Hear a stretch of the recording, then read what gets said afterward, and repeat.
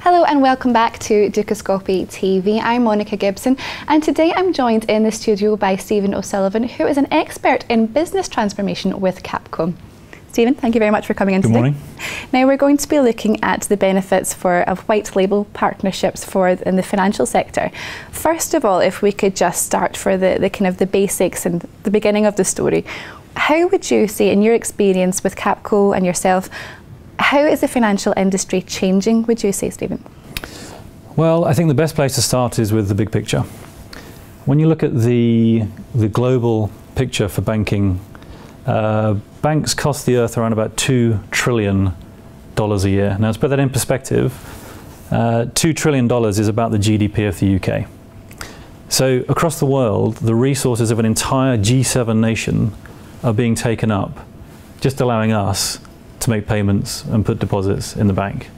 And I think when you look at the history of the economy, the history of technology, and the history of society over the last 100 years, every other industry has transformed itself to become much more efficient at delivering the end product to the customer.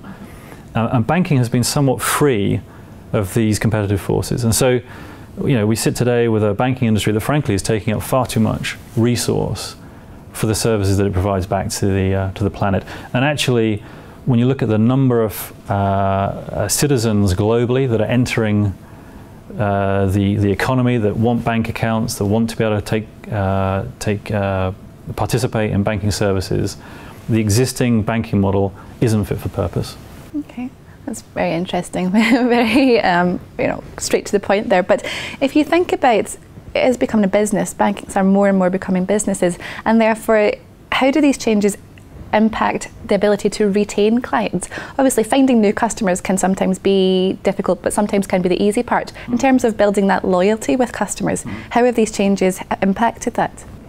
Well, I mean, to some extent, banks have enjoyed a sort of quasi-monopoly role in the economy. And I think you could talk to any bank executive, and he or she will admit that customer focus hasn't been their top priority. No matter what they say, the quality of service to clients hasn't really improved significantly. Complaints are still at a very high level. There are still all sorts of scandals with client money, with mis-selling of products that regularly go on in the industry. When you compare that to, let's say, the computer industry has progressed from being almost entirely a product sold to businesses to being a product you carry around in your pocket, and a very powerful and a very well-engineered product it is, and a very cheap product. Yeah. And so we're saying that if you take some of the principles that other industries have applied and apply them to banking, then actually what banks need to do is slim down their operations, focus almost exclusively on their customers, understanding the needs of their customers better, and then allowing others to fill in the value chain and to provide fulfillment and products and services so that the banks can put together a much better proposition than they can today. Rather like Apple does with the iPhone. Apple doesn't make silicon chips, it doesn't make cases, it doesn't make LCD displays. What it does, it puts all those things together in a very attractive package which it sells to the customer because it understands the customer very well. It sticks to what it's good at as well. Absolutely. But in terms of customers, what are they demanding, would you say, from the banking sector these days? I think what they're demanding is a better understanding of their true needs. Banks typically don't really understand their customers at all. They understand the transactions they perform, but they don't understand the life context, they don't understand the pressures on those customers. They're not able to predict what those customers need, and they're not really able to take those customers on a life journey. And that's a fundamental rethinking of how a bank deals with its customer. No longer is it just about fulfilling transactions. Transactions, I can take my phone out and with a simple SMS message, I can now do a transaction. I don't need a bank to fulfill transactions for me.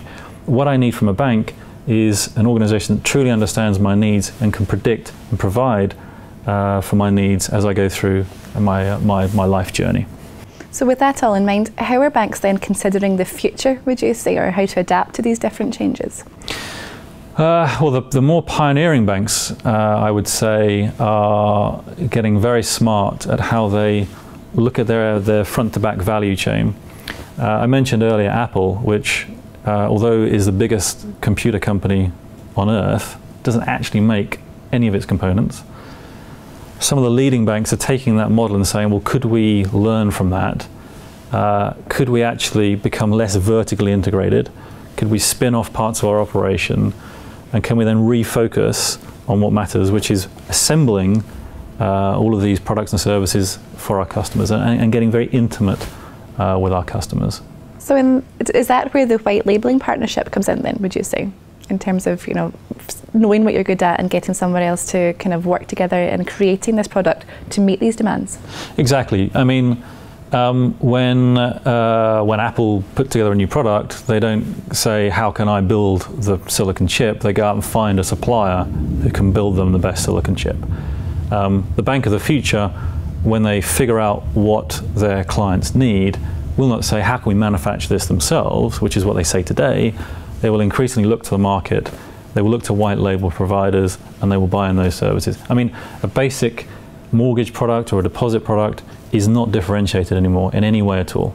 It's a simple piece of data, some interest, and some money movement. That is all it is. And yet, 80% of what banks are doing are tied up in these very, very core commodity services that really ought to be, you should be able to buy those in very simply and then construct a better proposition around them.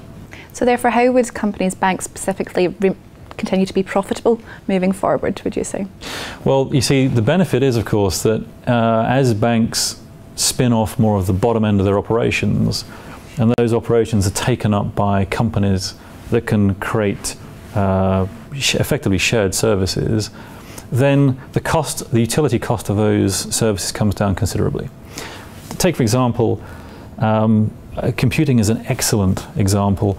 When computers were first invented in 1944 or whatever, a byte of memory cost about $1,000 for 1 byte, right? The price of a byte of memory has disappeared almost to zero. Your mobile phone will have 40 gigabytes of memory on it almost for free, for a few dollars. And that is what, by disaggregating the value chain, the specialists that get created are able to specialize in their product and then bring it down to a unit cost that the banks themselves can never match because they never have the scale. And the other thing I think driving this trend is regulation. So at the moment you have thousands, tens of thousands of banks on the earth. Each of them has to implement the same regulation, and yet each is implementing that regulation in their own way. Now imagine if those banks were able to buy in services from another provider who could implement that regulation once and then sell those services to multiple banks. Then you collapse the cost of implementing regulation considerably. And that is why I think with the new economic pressures on banks, with their low returns on capital, with new economic pressures from new citizens wishing to enter the banking value chain, you're going to see these trends more rapidly emerging. It is very interesting, and it seems as though there's more pressure for banks as well to position themselves amongst their competitors and just do better, basically. But Stephen, thank you very much for coming in, and thank you so much for talking it through with us. It's been a pleasure. Been a pleasure. Thank you very much. Thank you. Thank you. Well, that's all from Stephen and myself for the moment. Click back to Dukascopy TV for today's Commodities Corner and, of course, the Press Review. Goodbye for now.